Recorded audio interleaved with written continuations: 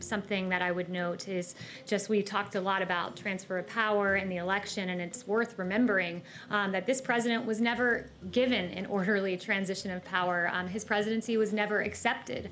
Every 4 years, we gather on these steps to carry out the orderly and peaceful transfer of power. And we are grateful to President Obama and First Lady Michelle Obama for their gracious aid throughout this transition. They have been magnificent. Thank you. While in 2016, President Trump became the duly elected president, many sought to undermine him, discredit him, delegitimize him, and deny his victory. There were no calls for unity. There were no calls for healing. So while every legal vote is counted, let us not forget the inexcusable transition, or lack thereof, that President Trump had to endure in 2016 and 4 years into his presidency. Thank you, everyone, for the very good and substantive questions today. We understand that you are.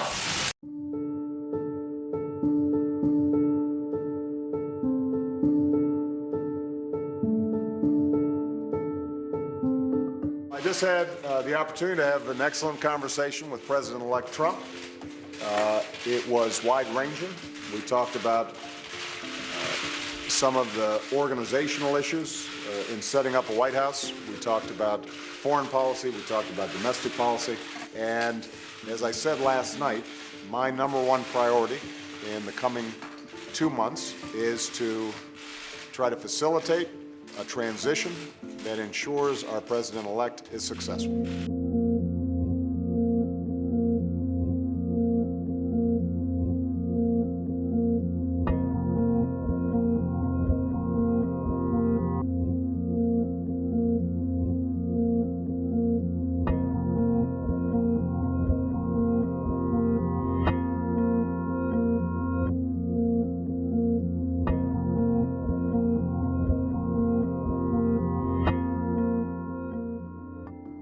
What the president heard from the president-elect is a clear commitment to the kind of effective, smooth transition that President Obama has been vowing to preside over for the better part of a year.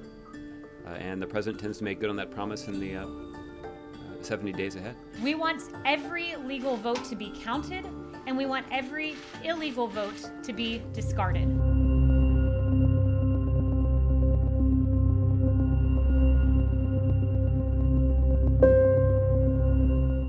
As President Trump shows no signs of conceding and continues to make baseless accusations of electoral fraud, the Biden-Harris team and even a few Republicans are ready to move on.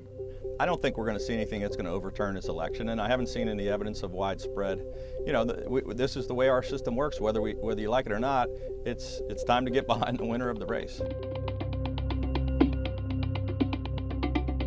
The projections still indicate we could lose 200,000 more lives in the coming months before a vaccine can be made widely available. So we can't forego the important work that needs to be done between now and then to get our country through the worst wave yet in this pandemic, to reduce the spread, to save lives. So that's why today I've named a COVID-19 Transition Advisory Board comprised of distinguished public health experts to help our transition team translate the Biden-Harris COVID-19 plan into action.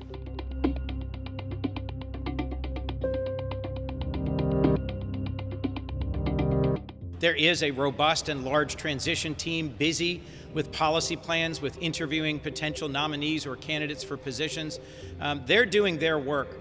They do need access to the vital federal resources that make it easier for them to do their work. They do need access to federal agencies that need to begin planning. It is important for all of us, regardless of party and regardless of political preferences, to now come together, work together to deal with the many challenges that we face.